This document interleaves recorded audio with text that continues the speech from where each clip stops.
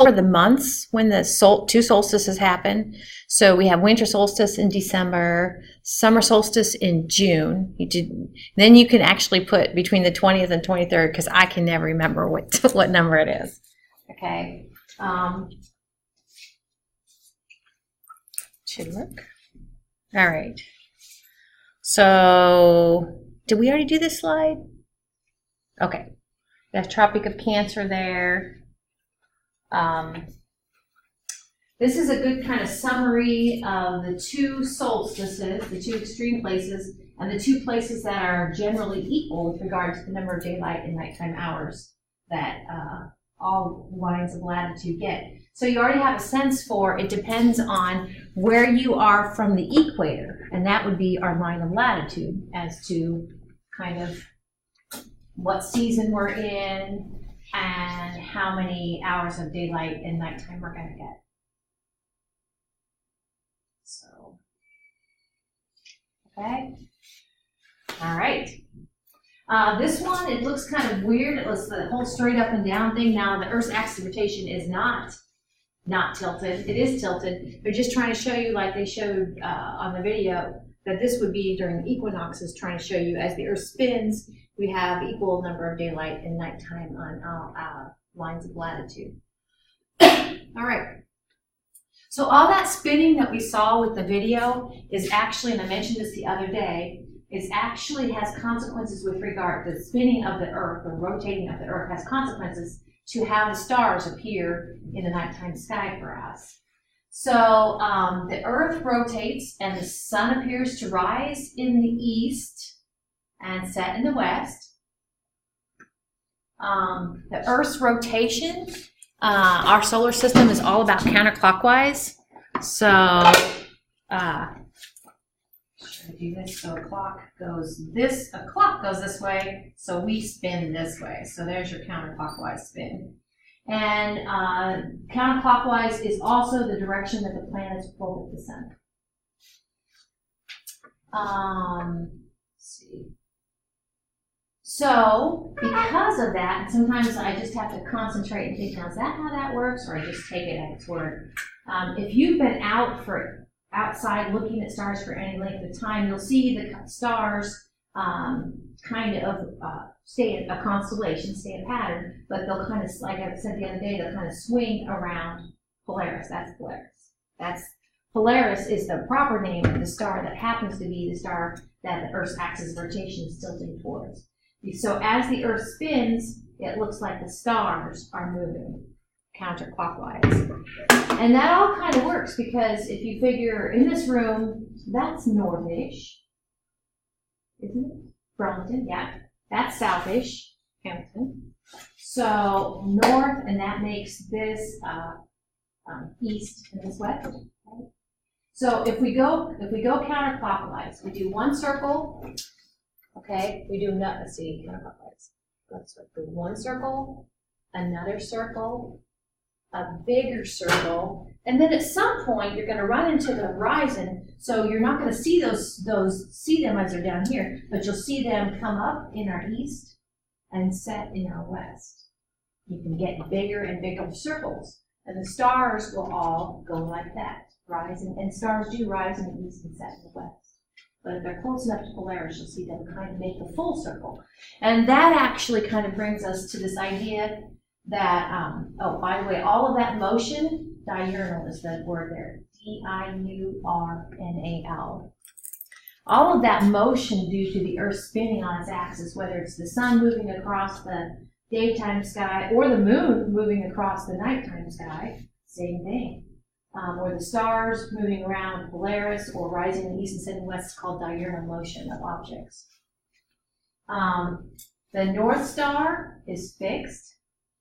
Okay, there's a picture coming up of a better picture than this, but this is one I took just with my camera, not with the telescope, so I'll pass it around. There is a program out there that lets you take a series of pictures of stars, and then the program, it's called Star Trails. It's free. And then the program will connect the stars and make the trail that you see. So, You can't tell what direction they're going, but it is counterclockwise. You have to trust me on that. So Polaris won't move across throughout the course of the night in general. Oops, sorry. So on the next slide, you're going to kind of see these, and you know, if you look up at Polaris, and as it turns out, Polaris is actually, you've heard of the Big and the Little Dipper. I guess I didn't hand out a star chart yet. But the Big and the Little Dipper is harder to see than the Big Dipper. And as it turns out, the Little Dipper is actually the last star in the handle of the Little Dipper, Polaris. Oh, thank you. I hadn't planned to do this. How are we doing for time? It's not too bad. But I'm going to go ahead, since we're bumping up against the weekend, if you want to check out this site. You have to download it onto your computer, but it's www.stellarium, STELLARIUM, and .org. And they want money. It's open source, but you don't have to download any money. You don't have to give them any money. That is a sky map that I'm going to show you. Sky map program. Pretty good. So it'll be an icon that looks like, come back. Well, that's new. Technology is not my friend today.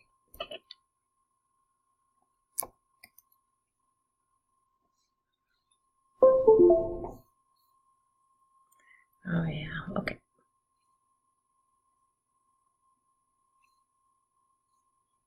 There it goes. Okay. So still longitude, but it can be used to estimate your latitude. So for us, we're about 40 degrees latitude. We're about 40 degrees from the equator. So that means Polaris is going to be about 40 degrees in the nighttime sky. If we were on the equator, what latitude is the equator? I just said 0. Yeah. The equator is 0. So what?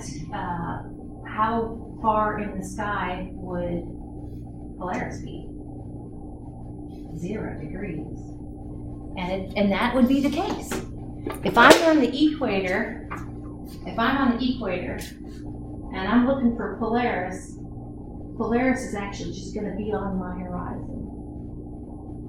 And I'm not gonna have any circumpolar stars. I'm not gonna have any bullseye. I'm gonna see things rise if I made a star trail, they rise in the east, set in the west. Rise in the east, set in the west. Rise in the east, set in the west. You know, the bullseye.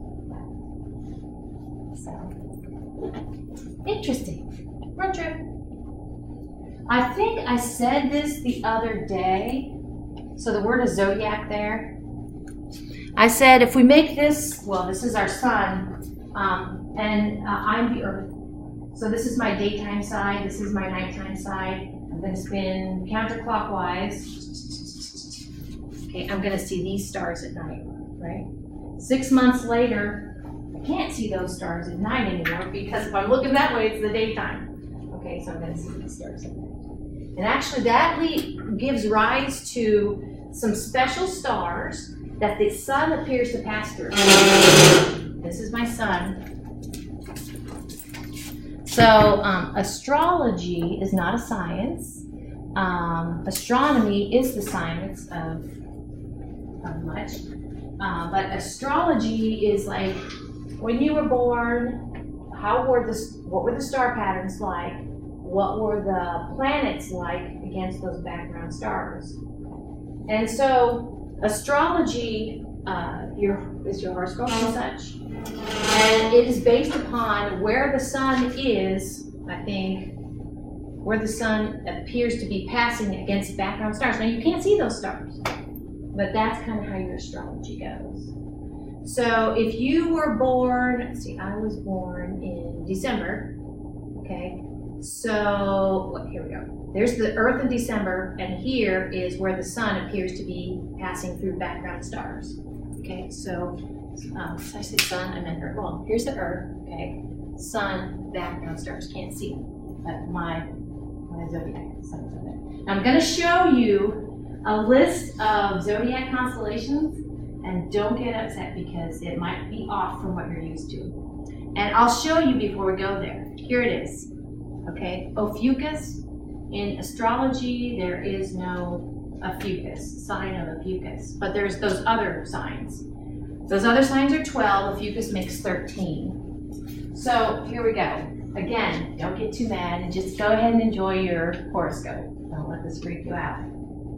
Your date might be shifted here because inserting Ophiuchus kind of throws everything off, especially. Whose astrological sign changed? That's funny. Yeah, I am a Sagittarius, but of course there is no Ophiuchus in astrology. But that's because the sun does appear to pass through that constellation. Okay.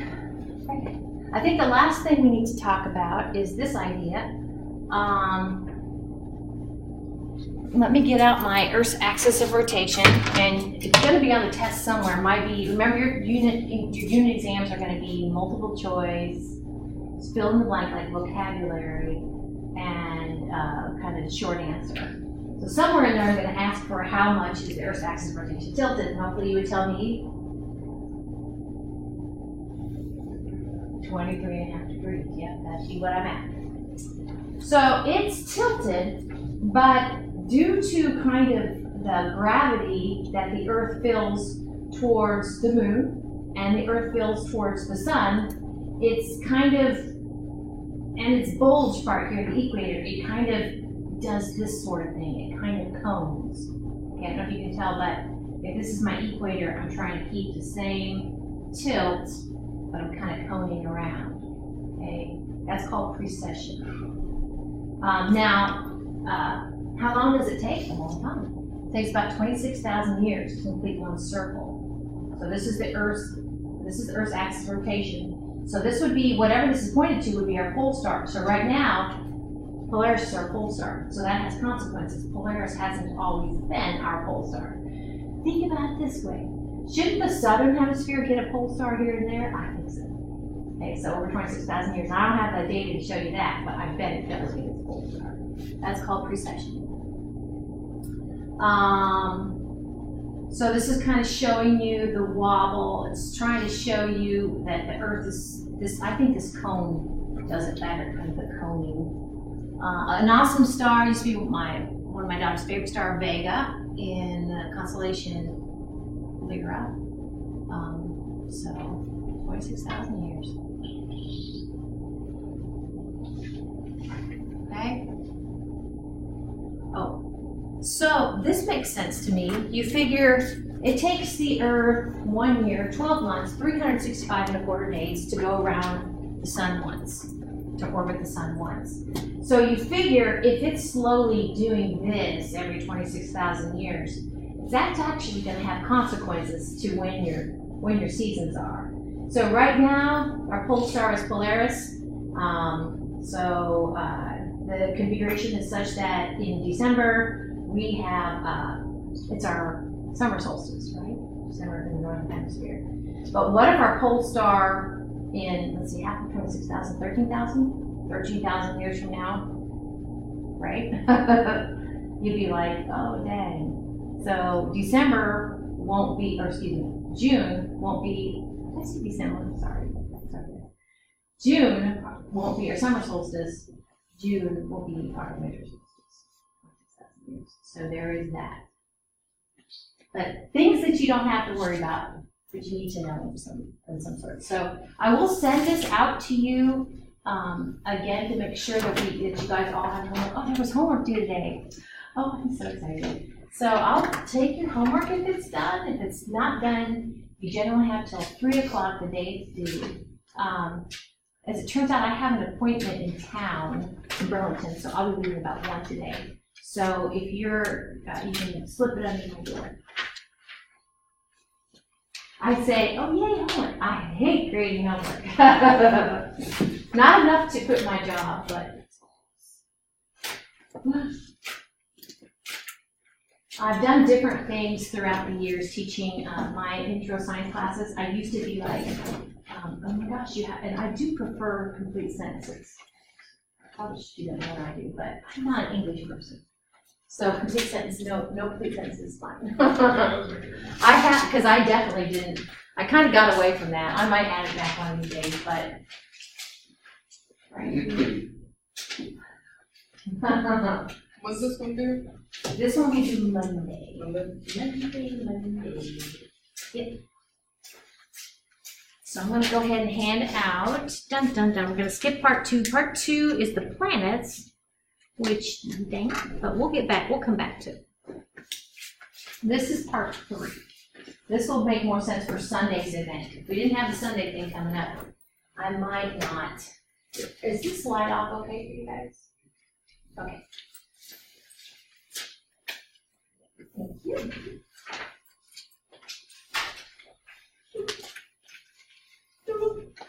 Okay.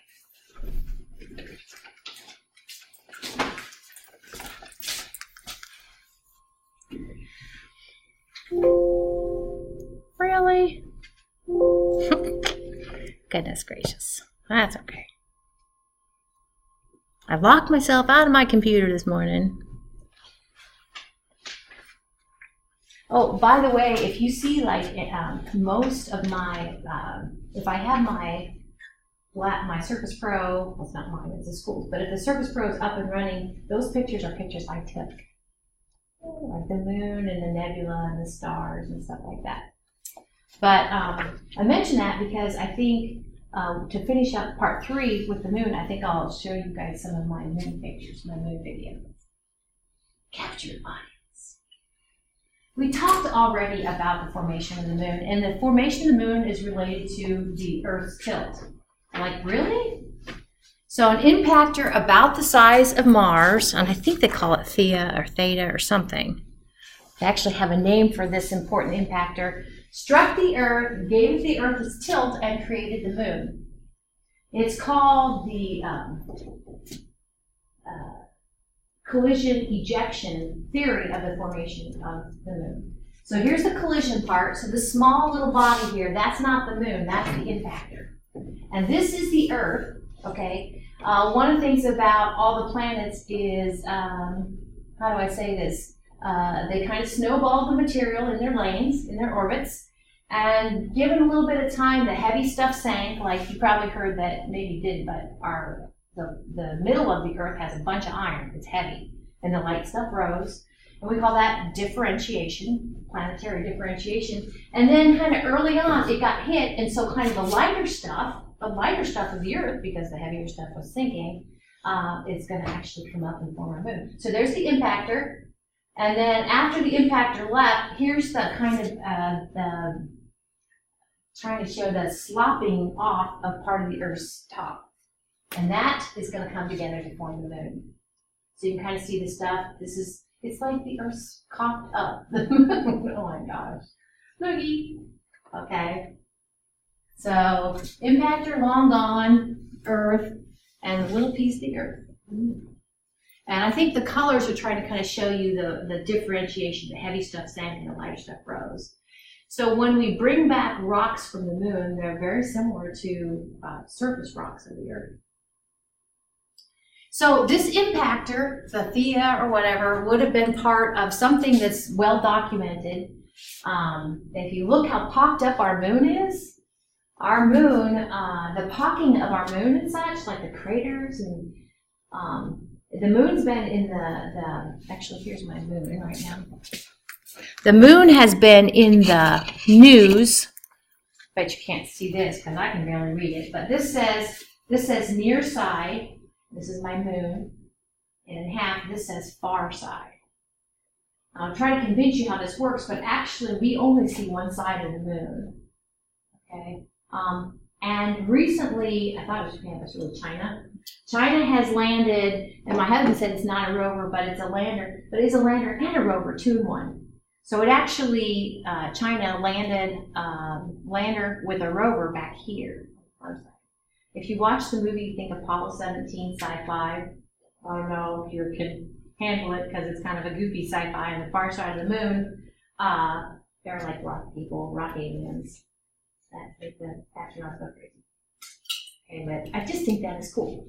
I lost track of what I was saying. So this back here is even more popped up. This far side where that new lander or rover is much more popped up, and this has got some nice.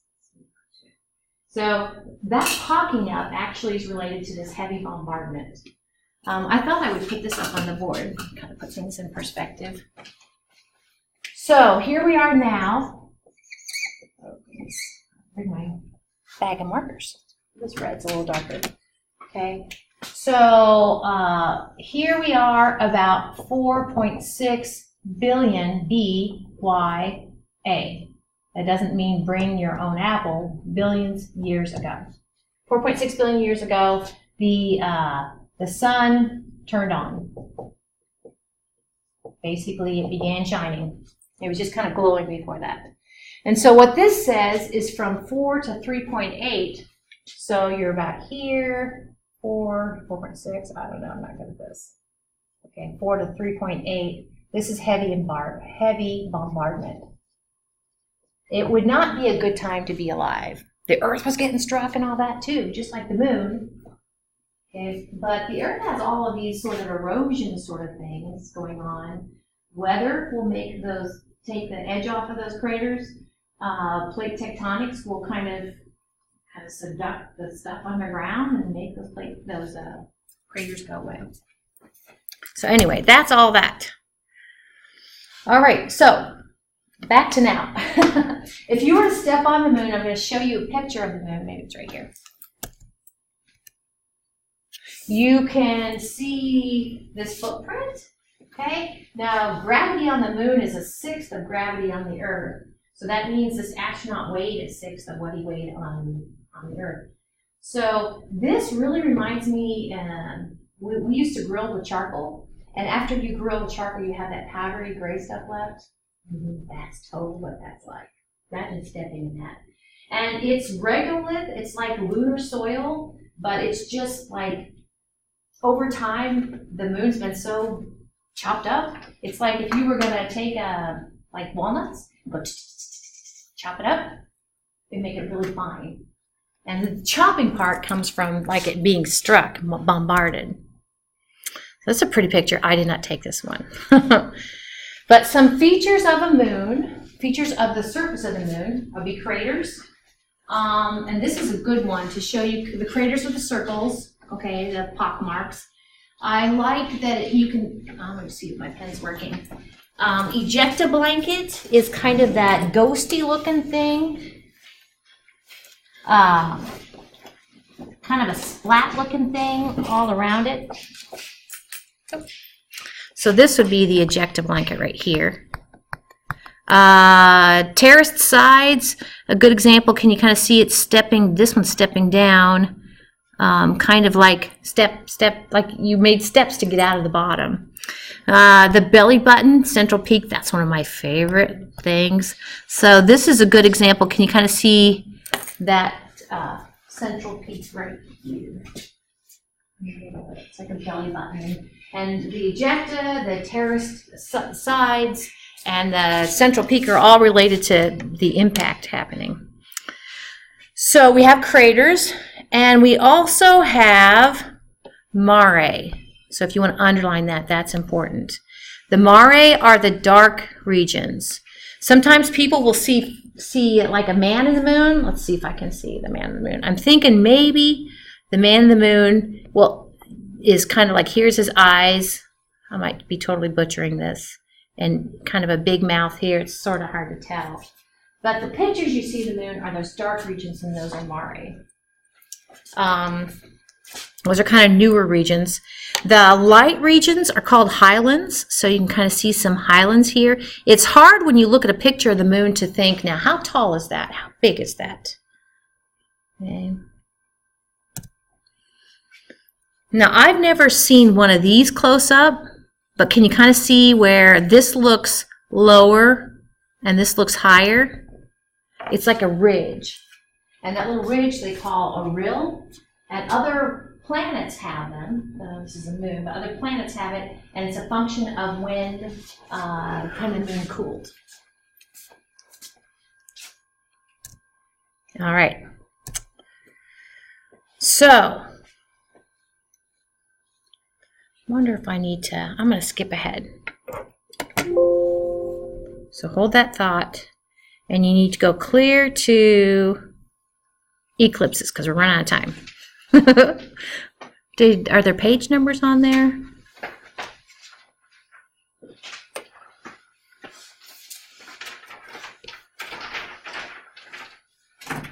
Okay, so here's the deal. We are bumping up against a lunar eclipse, and I think it's 2023. Maybe it's the next lunar eclipse that we'll be able to see. But here's the deal. We'll talk more about lunar phases and such on Monday. I'm going to put this one away for now, my near and far side. And instead, I'm going to grab this one. All right. Oh, come here. So I'm going to be the Earth, and of course this is the Sun, and this that I'm holding is the Moon. So do you guys buy this, assuming that the Earth's not in the way, my big head's not in the way? If that's the Sun, actually the only reason we see the Moon is because the sun's light. So the sunlight hits the Moon, and we see the Moon. That's it. G. Okay. So right now, actually, the way I'm configured kind of in this line, and again, assuming the Earth's not in the way, we see a full moon. We'll talk more about this, but then it's all about counterclockwise. The moon is orbiting the Earth counterclockwise, and now, actually, this half of the moon is still lit up, but from my perspective, I only see this amount. I remember I'm the Earth, and I'm kind of turning it so you can see. That's a quarter moon, okay? I'm going to continue my track and assuming the moon's not blocking out the sun, which would give us a solar eclipse. This actually is a time when I can't see the moon at all. It's lit up, but not on the side I'm seeing. So this is a new moon. Keep going around. This is my first quarter. This is my full moon. Okay. This is my last quarter. And back to new moon. It takes about a week to do each one of those. So this slide kind of summarizes, you can already see the problem with a lunar eclipse. Lunar eclipses can only happen in this sort of situation. So we're coming up to full moon in January. Full moons when lunar eclipses can happen. And I think I have on the next slide that usually the moon's a little bit up or a little bit down compared to being right lined up. So if it's right lined up, what you're going to see on Sunday is the moon is actually going to go into this gray area. Now I need to give you this handout. The gray area is called the penumbral part of the shadow. It's a wimpy part of the shadow. I'm going to give this to all of us. So you kind of see some times on the front there. Which one should we pick? Which column? What do you think? HST, AKST, PST, MST, CST, EST, AST. What do you think? CST, Central Standard Time. So we're going to, if you want to circle that, that would be great.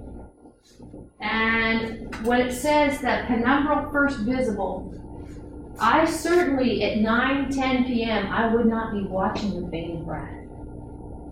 I would circle over here where it says the total eclipse begins, that third line, I would circle that one. And that corresponds to 10:41 p.m. I would be excited. Wait, oh wait a minute, 9:30? Oh wait a minute, nope. The one before that is even, should be cool. Partial eclipse begins. That's the bite taken at 9:30, finally. So 9:34, be watching. And when you watch, you're going to see the moon going into that darker part called the umbral part of the Earth shadow, and you're going to see a bite being taken out. The totality is the blood red moon. Actually, the sheet I gave you kind of talks a little bit about that. Okay, so I know we're bumping up against. Any questions about that? Oh, I guess let's see. I got a minute and a half to see if we can do anything else with the slide. So there's a blood red moon. And a good question would be, why is it blood red? And I think it has to do actually with Earth's atmosphere rather than something funky with the moon. That weird sort of limited amount of light that we see is kind of more indirect. Well, here we go. What about an eclipse of the sun? We call a solar eclipse. Well, that's going to happen. Again, I'm the Earth, Moon, Sun. That's going to happen. This sort of deal. And again, it has to be lighted just right. Okay, and that is the phase of the moon. We'll talk more about this on Monday. That we call the new moon. So we have full moon. About 2 weeks later, we have new moon. Okay, and that's the potential to give you an eclipse of the sun, a solar eclipse. And there are different types of solar eclipses. This is kind of neat, showing you the Earth and showing the blot where the sun is not able to get to the Earth because of the presence of the moon. That's a satellite image. And this is showing you the sun in totality. Did anybody do the whole solar eclipse? Was it this summer, last summer, this summer? Are you able to take a look? It was cool. Anybody else? That did? Yeah? I actually made a big hairy deal of it and drove several hours and it got cloudy. Like, oh man. But I heard there was some kind of coolness going here. This is just showing you kind of the, is it just right? You can see these little circles showing you the orbit of the moon about the Earth, and the Earth is the big yellow circle, and it has to be just right. And then the plane that the moon orbits the Earth on is tilted outside the plane of the ecliptic. So that's what kind of has some ups and downs. Okay, well I think that's all I have. So we'll go back, finish part 3, and we'll pick up part 2. But in the meantime, let's see if we can compare stories. You don't even have to go outside to see the lunar eclipse. If you just have a window. So we'll see you on Monday.